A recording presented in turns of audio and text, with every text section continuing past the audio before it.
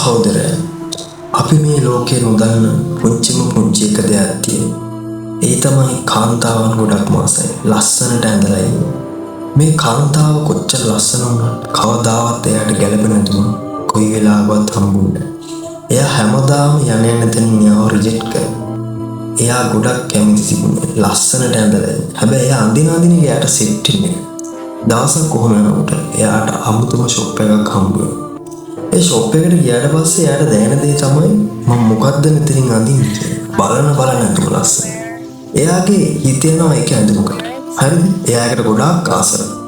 ඉතින් එයාගේ fit on කරලා බලලා එයාගේම රූපෙ දිහා කණ්ණාඩියකින් බලනකොට එයාට එයාම මේ ඉන්නේ එයාමයි කියලා හිතා ගන්නවට වෙනවා. එයාට දැනෙනවා මාර සතුටක්. ඉතින් එයාට ඒ සතුට කියාගන්න බැරුව වෙනවා. ඒ තමයි ගෑල්ලමගේ තියෙන උපරිම සතුට. එදායින් පස්සේ එයාට යන්න බැරි වුණු හැමතැනම යනවා. එයාගේ ඔෆිස් එකේ ඉන්න ලස්සනම ගෑල්ලම එයා වෙනවා.